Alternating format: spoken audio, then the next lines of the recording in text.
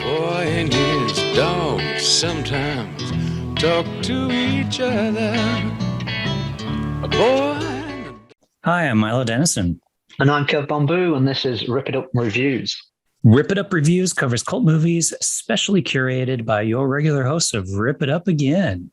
Yeah, and for tonight's review, Milo, set in 2024, where canned foods have become a currency and dogs now talk. It's the unashamedly mild 70s version of A Boy and His Dog, starring Don Johnson, Tim McIntyre, and Susanne Benton. But before we get into the review, Milo, we're both dog lovers, obviously. I mean, Yep. I've got pictures of dogs here behind me, there. all that going on. But has a dog, we've all talked to dogs ourselves, and they're our confidants and everything like that. But has your dog ever talked to you? No, definitely not. But she did communicate with me. She certainly did learn how to tell me what she wanted at certain points and that kind of stuff. And I remember at one point, I realized one time that she trained me was in the evening.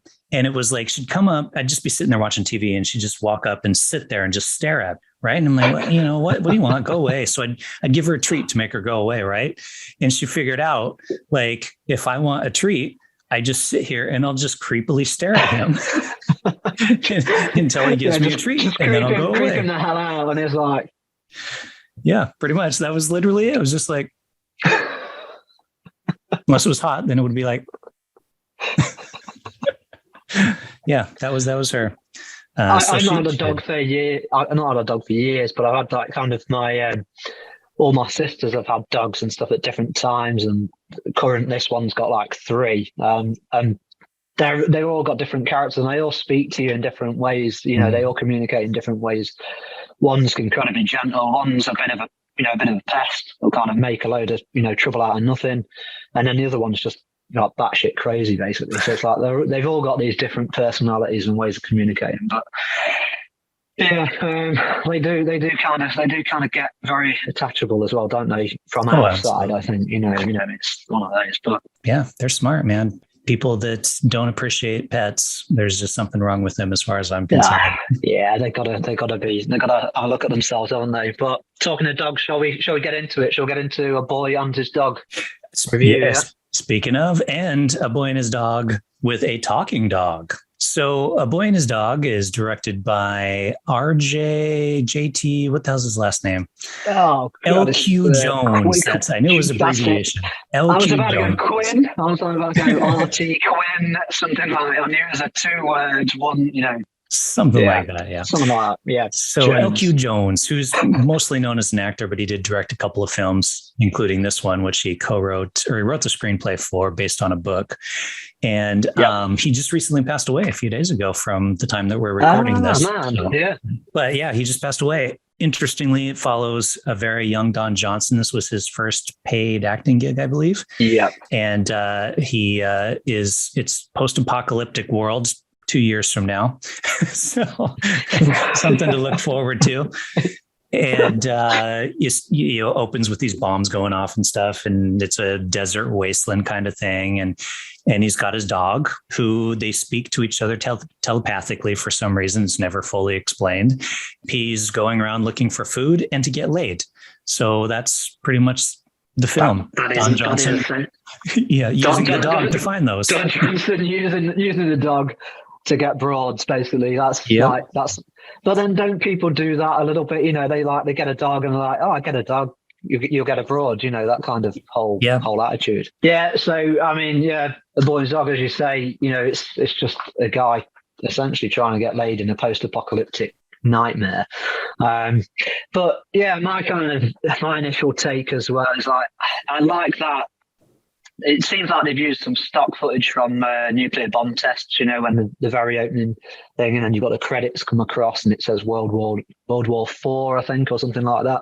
And then there's a little bit of opening dialogue mentioning something along the lines of World War III only lasted such and such a time. And then another person at the time that we don't know is the dog, it's Blood. But another person kind of interrupts and says, I'll hold it there a minute.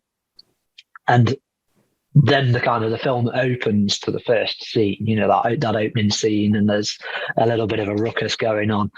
But yeah, in the main, it's kind of like, it's a typical kind of 70s, I suppose at the time, R-rated romp, and you've got, you know, most lads would be looking to sneak it out of the dad's DVD, dad's VHS collection, even. Yeah.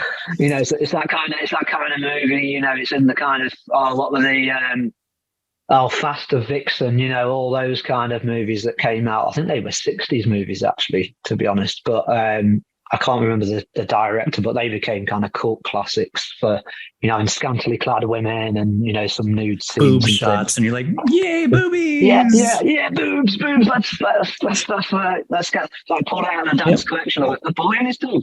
Totally. That'd be rubbish. It doesn't matter, just skip to the boobs. Yeah. But, yeah, so I suppose you've got to ask me about favourite scene, I suppose. Well, let's do it then. So, what is your favorite scene, Kev? Yeah, favourite scene for me, I like that kind of. I think there's a second face-off where it's between Vic and the Raiders, and it's the first one just before he gets the girl. So it's like that moment he knows there's an opportunity here, and Vic obviously just being quite selfish throughout. That's his main thing. You know, that's all he wants to do. I liked it because there was quite a lot going on. And there was some nice shots in there, and stuff stayed relatively wide, which that's why you can tell it's an older movie, because there's a lot of wide shots in there. Yeah. But not, you know, there's no major close-ups all the time. And then, yeah, and I really like that they even used blood, you know, to get some, you know, strategic, like, stick the gun onto, like, the bed, you know, where the girl was hiding out, because he wants to kind of help her, and almost like he's proving that he's a nice-ish dog, even though he's pretty damn stubborn. Mm-hmm. And she doesn't warm to him straight away. But yeah, I like that one. I didn't particularly like the very opening one with the slave trading guy. I thought that was it's a little bit odd and a little not as believable. I know the movie's pretty tongue in cheek, you know, all the way through. But I liked that initial Raiders one, and I liked some of the underground and the Topeka stuff as well. But I think that it's because it's just before he gets the girl, and that's his main aim, you know, and he does obviously get it. So yeah, that's one for me. How about yourself? Yeah, I agree. That scene's really well shot, especially. You can tell they put, of all the scenes in the film, probably a lot of work into that one, to ones where they might not have put as much work into, like that first sequence. But yeah, it's nice. It's well done. It's got the larger space, the people coming in, the girl kind of coming out and helping. And so that, yeah, I agree. That is a good scene. The other one for me, which is just a really quick, short scene, but it's kind of funny, is when they have Vic in the room where they're milking him. I guess is the way to do it. It's just a funny little bit of, like, this is what they're, you know, he's all like, before this, he's all excited, like, yeah, I'll do that, no problem. Yeah, it's like, I'll sleep with, you know, 30 odd women or whatever. Yeah, no problem. And then it's like, nope, this is how we're doing it. And it's so that's just kind of a funny little bit as well. Yeah, get the suction cup on, you know.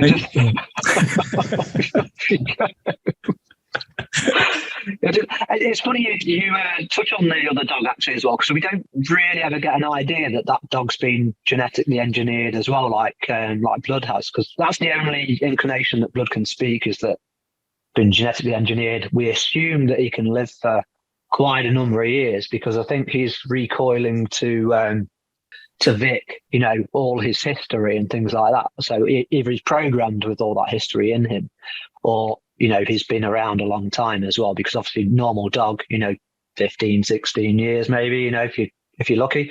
So, and when he's talking about when he was born, you know, the guy's obviously older than, you know, he's meant to be, well, he says he's a teenager, but he's meant to be kind of like 18, I imagine, at least in the whole movie. So the dog's gonna be at least that age if he's been around, especially before he was born as well. So because he's telling him about what happened before, and talking about, you know, over the hill and all the you know, the utopia of just the normality of before. So, and obviously Vic just thinks he's bullshitting about it and saying, oh yeah, you don't, you know, there's no that doesn't happen. All you do is scavenge for stuff. That's how you live. You know, you can't grow stuff out of the ground. So they're always having this ongoing kind of, love-hate relationship as well. But ultimately, they both need each other to kind of survive as well. Yeah, because they don't really explain like how the dog communicates telepathically, like, or who and why, like, it's just Vic kind of says something like, oh, just one day he could talk to me and then explain that's the way we're, and then you're like, you just accept it. And it's like, okay then. Yeah. So can the dogs talk to each other kind of a thing, or, like that kind of stuff. And that's what I was wondering about, that scene where the other dog comes in. Mm-hmm. We don't get any insight as to whether that dog, because they send the dog in as if like, there's the dog, go and find the other dog kind of thing. But it's it'd been nice if there'd been some kind of momentary dialogue exchange between those. But I suppose budget and things like that, and people to pay and spoken parts probably limited it, because I think the movie was only something like about $400,000. $400,000, which is a lot in the 70s, but it's still not a lot in filmmaking, even in that time. Yeah. I looked it up for a inflation calculator, and depending on the accuracy of it, it says that would be roughly $2,400,000 in today's dollars. Yeah, so pretty low. Yeah, it's still pretty low for definitely. Obviously, it plays across like that, and that's money being spent on film. It's not digital back then, that kind of stuff. So that money, they definitely stretched that budget in order to get this made. Yeah, money swallowed up in budget just purely by shooting on film in that time. Anyway, would have been a biggie. So, but if we're going on to talking about scenes, obviously, let's go into least favorite scene. So, what's yours? Yeah, so my least favorite scene was I'm with you on that opening sequence with the slave traders, and it's just kind of pointless other than just extending runtime, establishing, but like you don't really do anything with it, and it's not very believable. But I'm going to go with the one that's when they're in the underground in Topeka, and it's just before they're leaving. So they've escaped and they're running, and they're just kind of hiding behind like graves and stuff. Yeah, there's like people walking around, and would obviously see them, but nobody's reacting, nobody's doing anything. No. And then you get the three that come out, and they're up on the hill in their chairs, and then he's just there with a rifle, and she's like, shoot him, and he's just sitting there watching. And for ages, for ages. And then you get the other two people that helped him escape, and they're just standing there as well. Like, and then you get the one guy that comes down and, gets those guys, and they're like, why did they not try to run away? Why did they not do anything? And it's just kind of the whole sequence is just completely ridiculous. And it's quite a long scene. And it's a long scene, exactly. Because you're like, oh, it's coming down the hill. They're all reeling off all these names that they're going to send to the farm or whatever it is. Yeah. Craddock sat there kind of just, cross-legged. Fire him off to the farm. So they know they're going to the farm, yet they're just hanging out. Okay, so, we're going to send us to the farm. Let's just stay here and let this kind of Westworld android dude kind of come down and just like slowly but surely kind of gobble us up or whatever. There's no point in trying to run. Fear. I do wonder, actually, there is a point there. I do wonder if, because Vic possibly wouldn't sense fear, maybe because of the environment he's grown up in. So obviously this dude's coming towards him, so maybe his fear threshold is a little higher. So maybe that is accurate, but that would be clutching. Yeah. But I imagine that Quilla June, that Susanne Benton, she must have some sense of fear, because obviously she fears the whole regime of like the committee and her father and all the other people that are involved in that. So you'd think she'd be more kind of, she is. She's like, come on, shoot him. She's like, let's, we need to run, shoot him. We need to run, kind of thing. And it's just kind of like, but she's dependent upon him, kind of thing. She knows the way out. Like, but it is very much like they're just like they're acting rather than it's like, oh no, this is happening, this is real, and that's the idea of them as actors, to make it convincing that they're not acting, that this moment is happening and it's believable. And it's just not. For me, I still take it back to that slave trading guy. Obviously he is pretty pretty nuts, pretty bizarre kind of dude. It was in the kind of what's his name? English acting dude. Yeah, I can't think of his name. Come to me. Brian Blessed kind of style. That's it's kind of in that really bizarre, just loud. But yeah, it doesn't go anywhere. We never see them again because he says, "Oh, what's his like parting shot?" He just says something to. Yeah, he says something him, like, like somebody, at least he's smart enough to, or at least he's better than you all, or good for you, kind of thing. Like he's impressed with the kid. You're gonna see him again. You expect to see him again. And then he just cackles, and then all these kids, just digging in the dirt, and it's like that's it. And you could have combined those characters with the characters that attacked them in the gym, right? They could have been part of the same group in some way, and then that could have reintroduced them together. And or they could have been like a side part of the whole of the committee or the topical, just for the whole setup there, And I think there would have been a way, even if it was another cameo again, like maybe as he arrived into the underground, they were there, and he just saw them and they were passing, and kind of like, you've got, like a passing shot or something that just goes, oh, there's those dudes, and then you're thinking, hang on, maybe they were spies and not the other people in the overshoes that kept coming through. So yeah, I for me it was that, just because it was blunt ended and it never went anywhere else, so it left a bit of a continuity thing. But yeah, and also Topeka, I think with the whole, we get that it's an occult kind of thing, and it's still very weird, and all these guys are in like kind of whiteface or whatever. But even that didn't really work for me in the movie. It was like, because you understood what they're trying to do, but it was just like why? Is it just purely to kind of keep the population going? There was no real reason other than a few mad people being like, eccentric enough just to be like, oh yeah, this is what we want to do. Yeah. But there was then nothing else to kind of override that or make it. Yeah. So I think in terms of themes, though, I'd still go with the slave trading one just because it goes nowhere. So all right, that works. Yeah. All right. Well, let's move on then to your best actor. Yeah, small cast, obviously, with it being a small budget, and Don Johnson is okay, but there's like questionable fight scenes. And obviously, he might not be, Don Johnson might not be that trained in fighting scenes and things, but there's a few shots where they've obviously asked him to go, oh, pretend you're like pummeling him or fighting him or doing whatever, and it's just like he goes like. It's really, really poor. For me, that in terms of best actor, because he's a lead, it made me think, oh no, it's not going to be that dude. He's okay in it, but I actually go for, in the end, I think Susanne Benton obviously playing, the false damsel in distress as Quilla June, because you kind of are convinced that she's like, when you first meet her, she's just this girl that's in the room. She's obviously been attacked by the previous group. Don saves her, and everything that she does essentially in that time frame is believable amongst the rest of the cast. But I also think as well, like Blood's good as just a voiceover character, but I think those quips kind of washed in a little bit, because it's like it's dry all the time, and there's just, you can see it's trying to be funny, but it just eventually just like, oh yeah, what's Blood gonna say next? What dry thing is he gonna come out with next?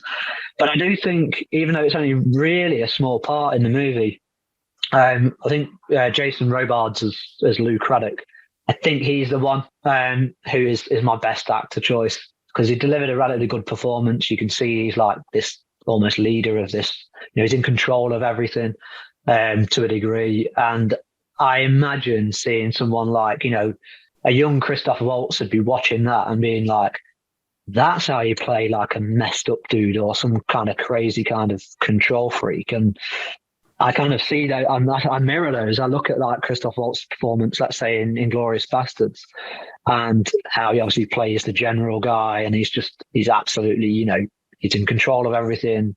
He knows what's going on, and I see some similar nuances there from Robards as I would in vault. So yeah, for me, Robards, I'd go as the best actor playing Lou Craddock.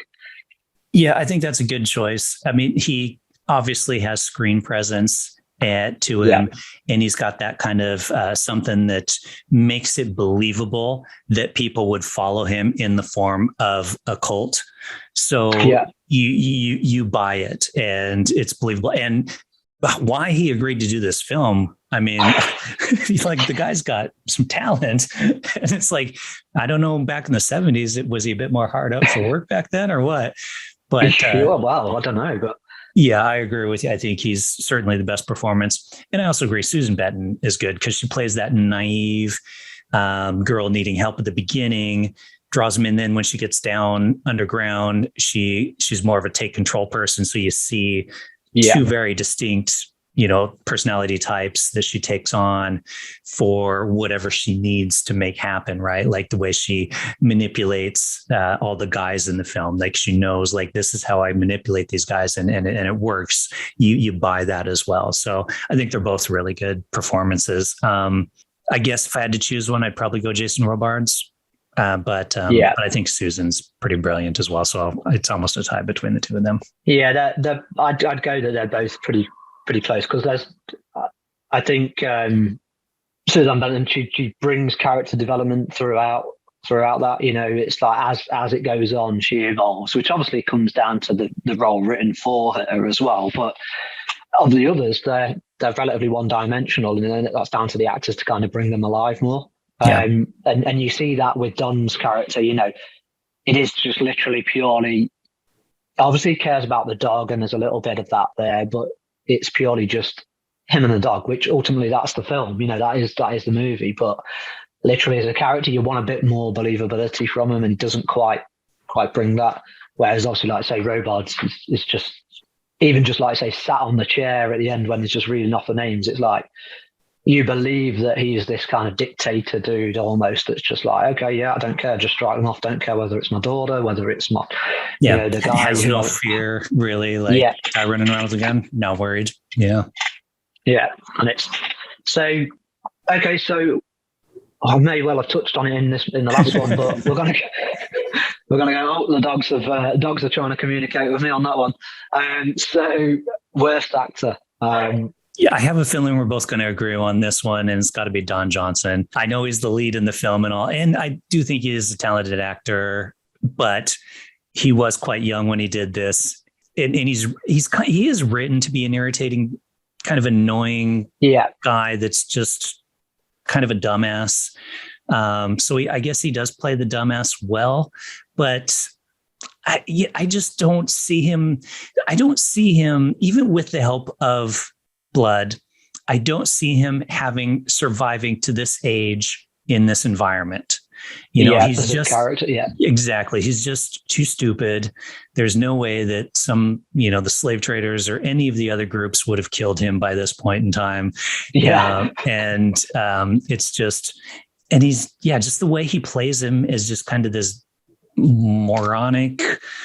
I don't know. It just doesn't work. And like you mentioned, the fight sequences, and it's like, come on, man. Like, it's just, if you're gonna do, if there's anything, obviously there's being consistent and stuff. But if there's going to be like kind of one trait or one skill set that you've got, you're going to pick one and stick to it throughout, and just kind of try and nail that, rather than, I think possibly maybe when taking on the role, he was trying to be everything that he couldn't be. And he's so over the top too, like the sequences when they're underground, where he's like, and just being kind of obnoxious, and it's just too over the top as well. And then those bits, and I think that like the production got it wrong in the kind of having him too kind of arrogant or stubborn, because you've got that with Blood already. Like Blood's the one that's ignorant a little bit, and like, but that's because Blood knows, Blood literally kind of knows everything really, and is ultimately always right, which is annoying, for Vic. Really, that's what should be that's what the focus should be from his character. It should be more his annoyance with Blood being always right, but ultimately being his confident, if you know what I mean. And like, okay, you annoy the hell out of me, but I know that in the end you're always right. But you don't get that. You just get him almost trying to replicate blood, and it's like this kind of constant battle of who's the more kind of annoying one, or who's the most. I get that it must have been difficult to obviously act and try and kind of get feedback off a dog, whether they placed anyone in there in scenes to kind of, for him to kind of actually have dialogue with, when they were just on, whether they were just shooting on Johnson on his own. Maybe off camera you've got somebody else sat there. I don't know, but it didn't seem like that they did. So maybe that's like a foresight, that's kind of an oversight, from people making the movie, that was like, oh yeah, maybe we should have chucked a dude in there to make it a little easier for the actor. But yeah, mine is also Johnson as Vic, purely because he's supposed to be the lead, and he doesn't really deliver a lead actor performance. No matter how inexperienced or whatever he is, the role's been taken. They've obviously booked him thinking that he'd be good enough. Doesn't really deliver. I would have given it to the slave trader, but had we seen them later on in the movie, because I'd have said, oh, that guy's just too hammy and over the top and stuff. But ultimately with Vic, we get he ends up great because it's kind of when he goes, especially into the underground, because it's more futuristic looking, that first scene, and it's a little bit kind of Star Wars styly, and to me it's a bit kind of, as the character, it's less Luke Skywalker and it's more Luke Skywarmer, because his character is very lukewarm, and it's just. So yeah, Don Johnson, Luke Skywarmer. That's my Nice. All right. Well, let's get into direction. If you directed or shot it differently, what would you do? Oh, yeah. Again, I possibly just touched on that again. Yeah, maybe. I mean, we don't know for certain, but yeah, it would be that whole kind of maybe putting someone in place to make it easier for Vic to deliver. Well, sorry, for Don Johnson to deliver his character better. Have more interaction there, and then obviously just replace the dog when you need the dog in. But I mean, it is hard to judge it because the movie is nearly 50 years old. Yeah, and it's incredibly low budget for its time. So, yeah, locations for me was one of the ones. I think there was nothing wrong with the locations per se, but they were just there was no atmosphere to them because they literally just shot in a desert. And something that's post-apocalyptic, it's meant to you're meant to see towns that have been broken down and dismantled. I know they've been potentially wiped out, but you'd still have plenty of remnants of stuff knocking around, and all you've got is these little shacks that people have built as almost like sentries and things. Really, they're like kind of covers for shootouts. They're not like old buildings or anything. I mean, I know they go into old buildings, yeah, but you don't really see, like in the shots, like in the wide shots, you don't see a lot of these buildings kind of that are run down and things. It's just like they obviously went into a studio and then film those inside the warehouse or the gym kind of scenes, where they have the battle and things. And for me, yeah, it just seems quite bare. So I would like to have seen the set dressed a lot better or more, especially on the location where they've got those desert scenes, because it's just like they may as well have just said, oh, the guys are stuck in a desert and they're wandering around and they're looking for women and food, because ultimately that's what it looks like a lot of the time. And that's if I'd done that differently, I think I'd have paid some more attention to kind of like the location. So yeah, how about yourself? Yeah, there's a bit here. For me, I think the big one is that the sound edit is quite annoying in the sense of the dialogue. There's like scenes where blood stub is a bit. Yeah, exactly. It sounds like, so when they're underground and the people are talking to each other on walkie-talkies, it sounds exactly the same as Blood talking to Don Johnson. Yeah, like it's all just been overlaid afterwards. Yeah, exactly. Yeah. And there's even bits where people are talking, but they're not actually, like maybe they're not on cam, off kind of their back or whatever. And you could tell that was dubbed. And it's like, why couldn't you have just gotten the sound at the day and use that or whatever? But you put this dubbing in that's clearly dubbing. Yeah. So that's a big one for me. And I mean, maybe it's explained more in the book, but like why a lot of the way things are in this world, like why are these guys underground painting their faces white? Why? Yeah. Stuff like this. There's just all these weird kind of things that it just seems like LQ Jones was like, you know what? Let's paint their faces white. Yeah, that's post-apocalyptic. Yeah. And it's like, okay, sure, we'll paint their faces white. You know what? We need this. Okay, let's do that then. And it's why? I mean, I'm not sure on timings and things because I'm trying to get my times right, but it feels like that whether Jones took a little bit of other movies and was just like, because I don't know if Westworld came before. Sure it did. Yeah, it seemed like he just grabbed like different bits of movies, and I'm not 100% sure. But obviously there was written versions of these before anyway, so it's like he took a little bit of Clockwork Orange with a white face kind of thing, going on, and just the kind of estranged characters underground, as well as then the droids as well that were there, and that was very like Westworld. So it's like, he was like, oh yeah, well, we'll grab a bit of that and we'll grab a little bit of that. And there was a feeling of like Arabian Nights with that opening, again, back to that opening scene with the whole slave guy. I'm kind of with you that it didn't make sense. I get the underground was a thing because they were shielding themselves from what had happened, but I don't get why they needed to. Was it meant to kind of be an example of how much, lack of vitamin D that they'd had? So they just, exactly. Yeah. They've gone pure white. Then they should be pale. They should just naturally have pale skin versus obviously painted on these clown kind faces. Of weird clown faces. Yeah. Essentially. Yeah. It's like, if you want to go for a look, let's say, okay, they're just drained and let's give them a grayed, pale kind of drawn look. You can do that. That would look great. I mean, that would look incredible. Much more believable. And more eerie as well, because you'd go down under the ground thinking, oh yeah, this is meant to be this semi-utopia that's been created, yet everyone looks just weird and almost dead, So I'm definitely with you on that. There's probably lots of stuff. There's plenty. I looked it up there. Westworld came out in 1973, so 2 years before this one. Right. Okay. Yeah. So that might have been fresh in the mind of the director, when he's thinking, "Oh yeah, let's have a droid in there because that worked really well for Westworld." That was cool in there. Yeah. And what about Clockwork Orange came out pretty early, didn't it? That's Clockwork Orange came out. Clockwork Orange is, a completely different type of film. Yeah, absolutely. But just for that kind of, the look, when you've got those characters, I think that's the one, the main dude. Obviously, none of them. I don't think anyone in this movie is wearing like a bowler hat, are they? I don't think so, but it wouldn't surprise me if somebody at some point is. Random dude. I seem to feel like there's a random dude with the whole kind of painted, red painted smiley face on his white face. Probably. I'm sure there's a bowler hat there. Yeah, going for the old Laurel and Hardy kind of. Charlie Chaplin kind of look.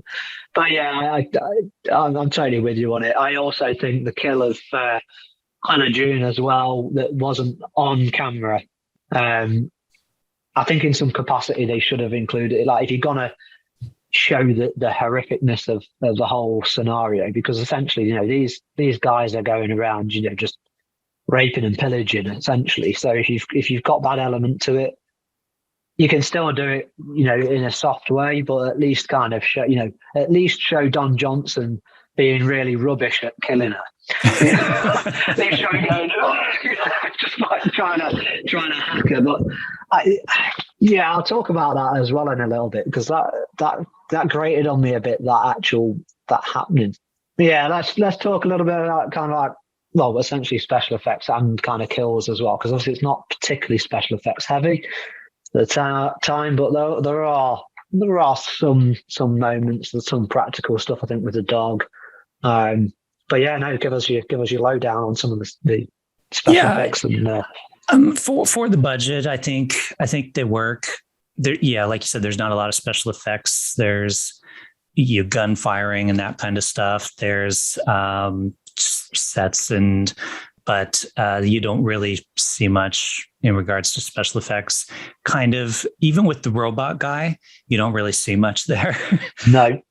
It's like someone bunged a couple of, the small sparkler fireworks in the back of his just do this. back of a pack, and then just be like, oh yeah, just run along and fall down.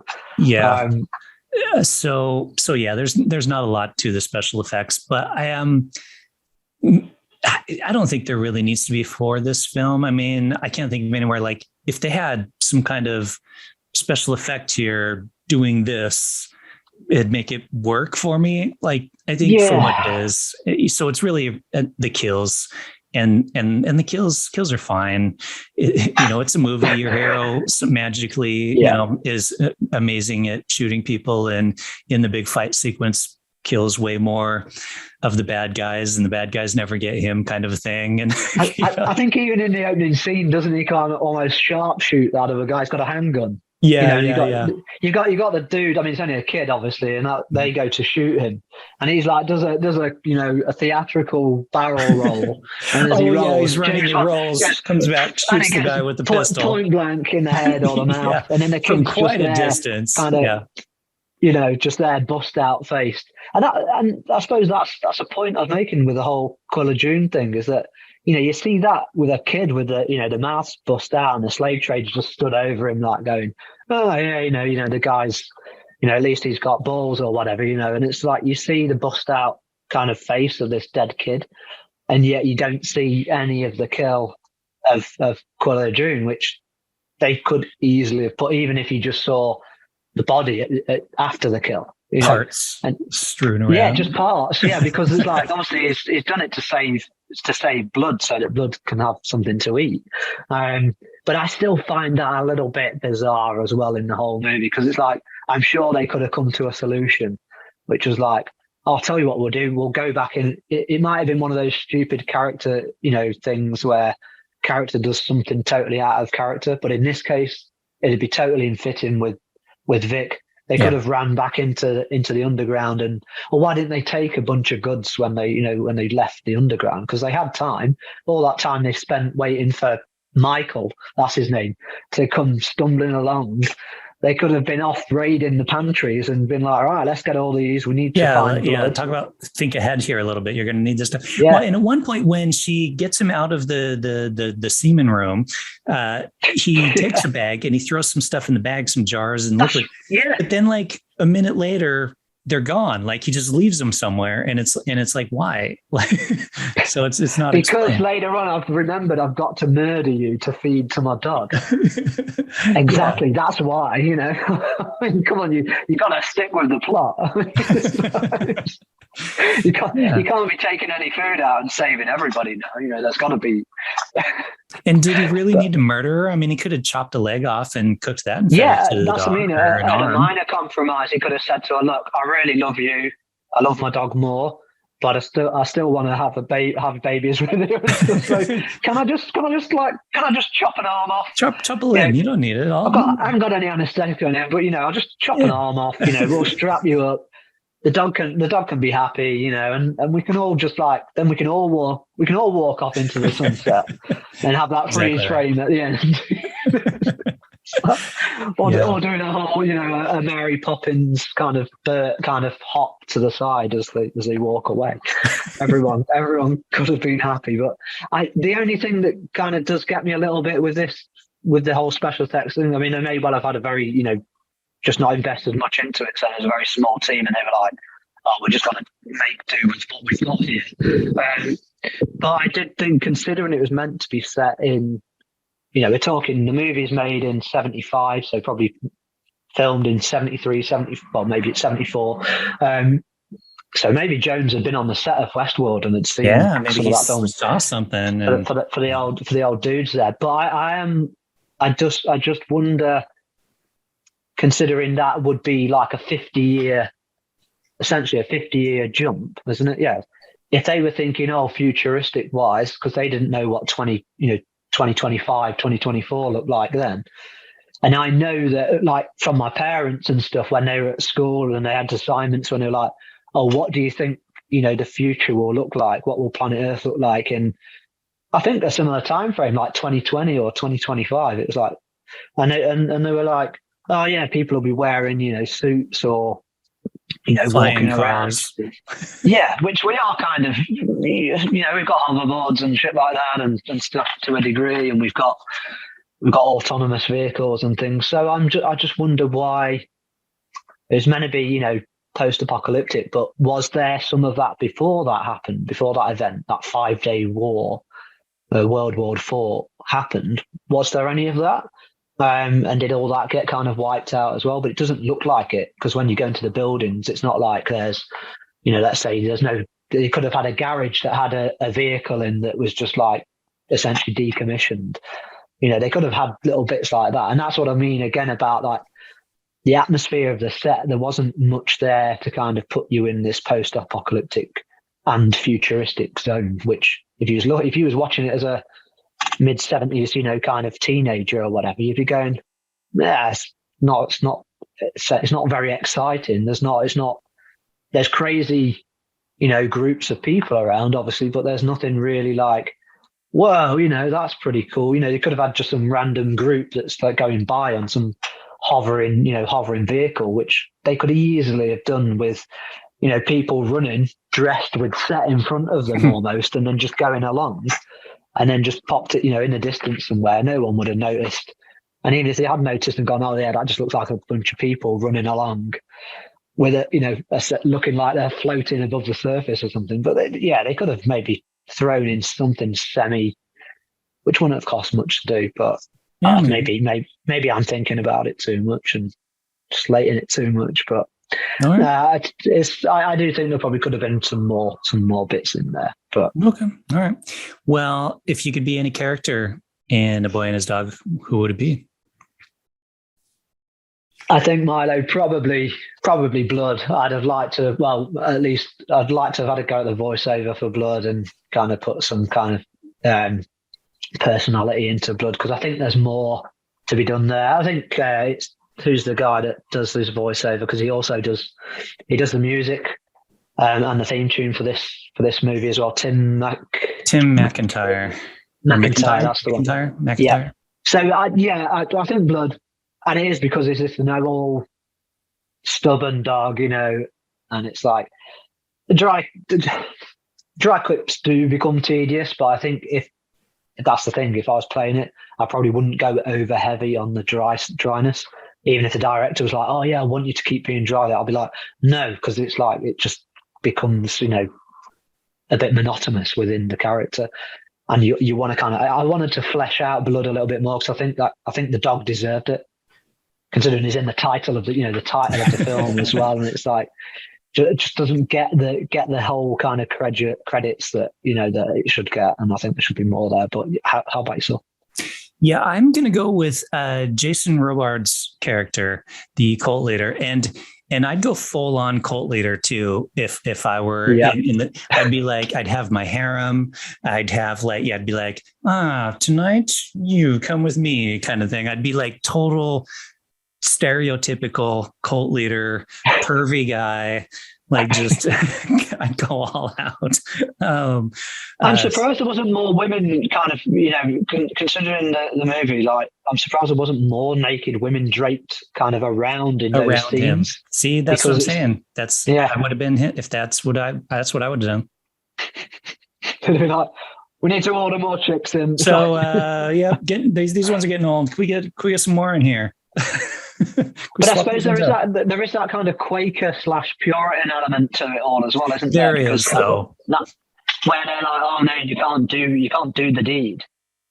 It's like until you're married, and we're essentially farming, and they're not allowing people to kind of really have their marry, own children. and even when they are, they're not actually, they're not allowing to have intercourse. It's just like, it's artificial insemination in this cult, so no one's allowed to.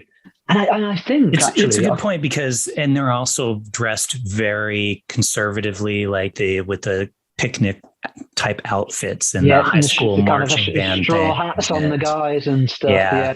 And even when they're passing sentences, it's in a church space. Yeah. So that is a good point.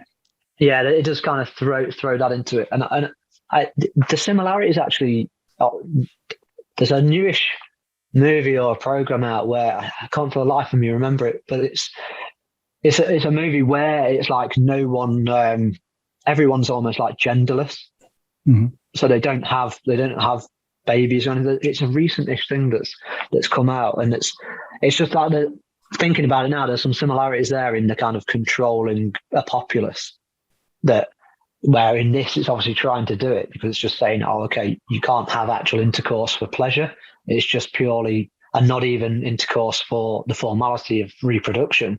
It's like, no, we're actually just going to artificially inseminate you as we do with like animals in the mainstream for farming and things. So yeah, it is interesting enough, but yeah, for me, blood, and for you, so it's. I'm going cult later. Luke Craddock, isn't it? And yeah, so he is Quilla June's father, isn't he? As well. I don't know. Like he said, yeah. I mean, she refers to him as father, but like, is she really, or is it more because, or is it just? Yeah, it's a twisted kind of thing that exactly that. So I question that, but so maybe not. Who knows? Yeah, but I just thought that was his, and the other woman who's like the kind of authoritarian there, like I felt that was her mother and father but maybe it's just they've become the mother and father figure of Quilla June. Because why does she get a whole pass from the rest of them? Is it because she's just very adept at doing her whole damsel in distress thing, and she's the siren that brings in, all these males to kind of help with the, basically semen extraction, essentially, because that's what that's what they're doing. So yeah, I think I'm going to press it on too. So we have kind of touched on it a little bit because it does play in with the whole directed thing a little bit. But this is opinion on cinematography and overall shot choices of the movie. I'd say overall, when it comes to the cinematography and shot choices, it's really the only thing I don't have any issue with. I think for the budget that they had and the shooting situations that they were in, they're shooting out in desert-like conditions, they're shooting in dark underground conditions. I think they do a good job. I think the visuals carry the story properly. I don't think, like you mentioned, they don't have any modern day unnecessary extreme close-ups or shaky camera fight sequences because they couldn't do that back then. And just rubbish fights. Exactly. Just rubbish people doing the fights. Yeah. But that has nothing to do with cinematography. No. So yeah, I think overall, I think cinematography works. I can't really pick it apart, honestly. Yeah, I'm similar there, mate, to be honest. I mean, most of the shot choices look pretty good. The camera works pretty decent. It's just about the people in the frame that kind of mess it up a touch, to be honest, like say with the lead. Again, I think it would have helped if the location choices were a little bit better, because I don't think shooting it in a desert, I mean, Mad Max works because that's where they're living, essentially. But there's no reason in this. There's nothing in the kind of makeup to the show that says, oh, it's got to be set in a desert. Like, there could have been a whole rundown city that they could have used, or some small towns or whatever, just to bring more. Again, it's just that atmosphere of the set. And again, I know that's not ultimately the people shooting on camera's choice. They're not necessarily. They would have done location recce's to say, oh yeah, this looks pretty decent. Yeah, well, this will be good to shoot here. But ultimately, that would have fell down to people who were doing more of the actual kind of buy-in for locations and getting the permissions to shoot in certain places. So with a small budget, maybe they're just like, oh, let's take it to the desert because it's potentially going to cost us zero to shoot. So it's interesting you mentioned Mad Max. Supposedly, I don't know if this is true or not, but I did see a trivia item that this inspired Mad Max in a certain, right. Yeah. So you can see a little bit similarities, but Mad Max is way and above a better film. But it knocks it out of the park. I mean, forget some of the more. I'd say they're not bad, but I'd say forget some of the more recent ones. But the original Mad Max is, it did what it did kind of what, I know it was later on, but it did what this probably could have and should have done in terms of impact of believing that you're in this kind of post-apocalyptic. And I think a lot of that's to do with the wardrobe as well. You know, like in Mad Max, you know, it's such an impressive wardrobe. They've got obviously they had a bigger budget, but they've got these, you know, these amazing costumes, and they just look like, you know, that it looks like they've used every possible resource to kind of raid, you know, communities and be like, now I'm going to use parts of your body and things like that to make my costume up with, and I'm going to have bits of armor that I've nicked and stuff, and everything's just beautifully patchworked. Yeah. But in this, it kind of just looks like they went to the thrift store and went, oh yeah, you wear that, dude, you know, and that's fine, you know, because of the era as well. It's the 70s, so people didn't necessarily wear, you know, particularly great clothes, you know, but it's meant to then be in 2024, isn't it? So it's like they've dressed them in the 70s and nothing's kind of moved on. Yeah. But really, when this World War IV's, you know, supposedly broken out, why aren't you dressing them or trying to dress them accordingly? But that's one of the things. No one really looks futuristic. Even the weird underground cult, you know, they're dressed like, you know, as we've already said, they're just dressed like Quakers, really. Yeah, 70s era Quakers. So yeah, that's. But yeah, but actual going back to cinematography, yeah, I think most of everything is pretty decent. Just some locations, and then on this, super heavy with nice wide landscape shots as well, which look really nice. And I really like one of the ones I really like is the when they show the kind of bunker door for the underground, and not at the end, but I think it's either at night time, and it's where they both come out of the underground, and then you just get this shot of them looking back at it, and I just really like that because it's really nicely lit as well, and it just looks like, oh, there's this bunker, and you've got this little desolate area, and that's one of the few. It reminds me a little bit of Star Wars, actually, when C-3PO and R2-D2 come across the big old rusted out building.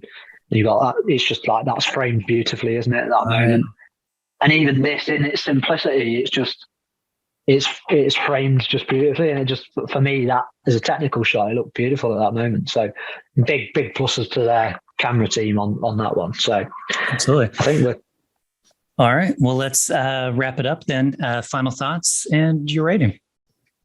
Yeah, yes. I'm gonna have to be quite harsh on this one, to be honest, because it's not a bad story, and I'm sure like the actual novel itself is probably a lot more detailed and better. Like most stuff is usually, you know, you read a book and you go, oh wow, none of that's in the movie, none of that's in there. I imagine there's probably lots of differences from the movie to the actual novel. I'd like to read it, but I think it is sad when, you know, you got Vic kind of leaves Blood for the first time, because that's their first separation, you know, and he goes underground, and you don't, at that point, you don't really know if he's going to see Blood again. So I think that's it. I don't get, and maybe this was an irritating thing I had about that moment too, is like, why didn't he try to take Blood down with him? You know? Yeah. It was never even suggested. Like, what do you come down with? Yeah, there was literally no suggestion that he couldn't take him with him. It was almost like, even if Quilla June had said, oh no, we can't take dogs down there because it's a total sterile environment or whatever, you know, but it's just like, there was no inclination from her to say, oh, you can't take, but even then, you know, Vic is like so kind of stubborn and stupid in his own mindset that he's just been like, oh, I'm not listening to some dumb broad. I'm taking Blood with me. Yeah. Come on, Blood, we're going, you know, like screw her kind of thing. We're going down there. So yeah, and he wasn't to know you've got this big long chamber to climb down, but he'd have just carried Blood down. Yeah, they wouldn't have known at that time. And before, yeah, exactly. All right, sorry, keep going. but it's cool because that's why there's lots of little things in there that just, you know, the whole thing, that opening sequence doesn't go anywhere. It's just like, yeah, that happened and they're gone now. We can forget about those, even if they're bit part characters, we can forget about them. And it doesn't seem, even though you've got moments where it's meant to obviously be quite serious or scary or creepy, and even the moment, like, even with Blood and the black comedy, kind of all those dry humor elements, they kind of eventually grate. And I just find that it doesn't, all those moments where they're meant to be serious and stuff, it never happens, and it lets itself down ultimately. So I think I'm gonna go. It's probably going to be lower than Horror High, actually, even though that's kind of terribly. Well, we both agreed that it wasn't a bad film, but it was terribly edited, which made it poor in its cut. But with this, yeah, you've got the sound issues, so you've got the poor dubs. There's lots of stuff in there that kind of, when you start putting it together, even for the budget, there's stuff there that shouldn't have been as bad as it was. And again, the lead kind of has to deliver a strong performance in any movie. So it's going to be a 4 out of 10, I think, for me on this, which is pretty harsh, but I've got to go below par. Yeah, 4 out of 10. Yeah, that's harsh. I don't know if I can go that low on it. I there are things about the film that aren't great, as we've discussed. But there's just something about like the relationship between Vic and Blood that I like. You don't see too many of this. I mean, for various reasons, but that relationship I think is cool. And I think if it weren't for the ending, I'd probably give it a bit lower rating. But I really like when it comes down to decision time, the character's like, girl, dog, he chooses dog. And like by virtue of the name of the title, you exactly, know, it's just like... exactly. So I think that particular moment makes it a much more likable film. Although it is kind of weird because prior to that, he chooses girl. He goes down to the underground with her, kind of a thing. But anyway, and I would like to read the book to see how it differs, and maybe it explains a lot of the stuff about it. I am still going to go higher, though I can totally see why you give it a low rating. I'm tossing between a 5 and a 6. Honestly, I'm going to go 6. I'm going to go a bit. I'm going to go a couple points higher. Definitely, because that was my initial thought. I was like, yeah, it's probably a 6. And then I was like, but there's just all these little bits that are annoying me. And it's like, I can't give it an above average. So leaning towards the above average, because I was just, and I didn't want to go down the middle because I can't say that it's. That's my problem too. Is I don't like right in the middle. It's not just an average film, because there are things that it's trying to do. You know, it is like, I do like the fact that, I mean, again, we touched on people that could play characters. Like, I don't know if are the more modern remake. Has there been a remake of this? I don't. There's another film out called A Boy and His Dog, but I don't know if it's a remake of this or if it just happens to be another film called A Boy and His Dog, which my guess is that's the scenario. It's probably like some, because I think if they did a remake of this, I definitely would, and there was going to be a bit of budget behind it, I'd definitely be like, yeah, Craddock, Christoph Waltz, like let's chuck him in as the kind of dictator dude. You know, that'd be awesome. I think even then, even if you changed nothing else, you could elevate the movie just by that, and maybe bring in just someone who was a little bit more experienced for a lead in terms of like Don Johnson. I mean, I'm trying to think at the time who they could have got for the money or the budget. There was plenty out there that they could have gone to. Yeah. There's probably plenty of debuting actors that could have done it, and they'd have absolutely relished it much more, because he'd been around, obviously, Don, but this was like his first main lead role, wasn't it? But it would have been interesting to see, if you just got some more, other actors. Yeah, I think you could definitely have just easily replaced, and I think that might have even worked. Just replacing the lead, and because obviously Susan Benton was good. Robards, he was good, and they're the ones with the most dialogue aside from the lead in the whole movie. So I think, chuck in a different lead, and then you'd see that rating go up. Doesn't really kind of, for me as well, convey itself as like a cult. I know, again, this is going to be a little bit sacrilege, but it doesn't kind of, put itself down as like a cult movie for me. It's just purely because there's just all these. I know cult movies have got to have inaccuracies, but I think it's because it's not awfully bad. Like if it was really, really terrible, you'd kind of go, oh yeah, this this has cult status due to it being, so terrible, but it isn't terrible. It's just because there's lots of little bits and bobs that they easily could have changed. And it's easy to say that in, with hindsight, and look at it now and look at it, you're looking at it with almost the year that it was meant to be set in. You're looking at it with those eyes 50 years back almost. So it's easy to criticize it. But I think even without criticizing modern eyes on it, I think people back then would have probably said, yeah, that could have easily been done a lot better without affecting any of the budget.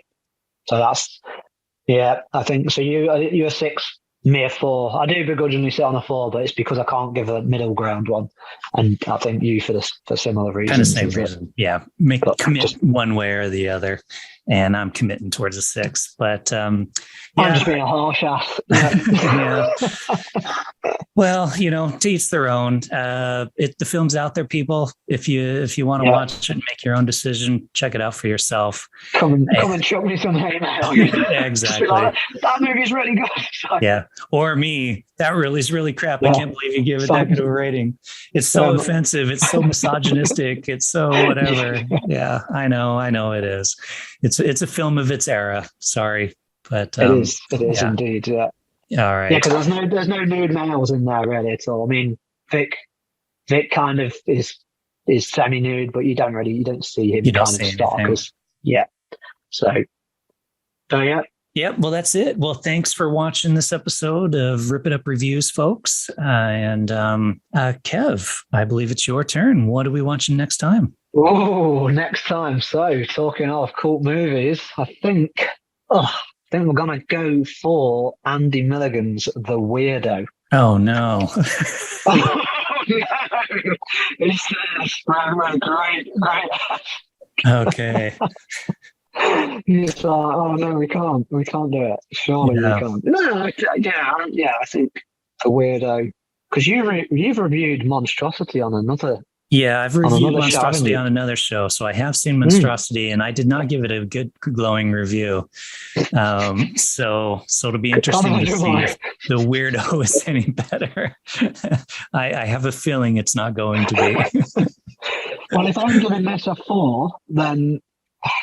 Well, we'll see. I never know. It might be that terrible that I end up giving it a so bad that you like it kind of thing. Yeah, just like, oh wow, that was So yeah, catch you next time, mate. Next time.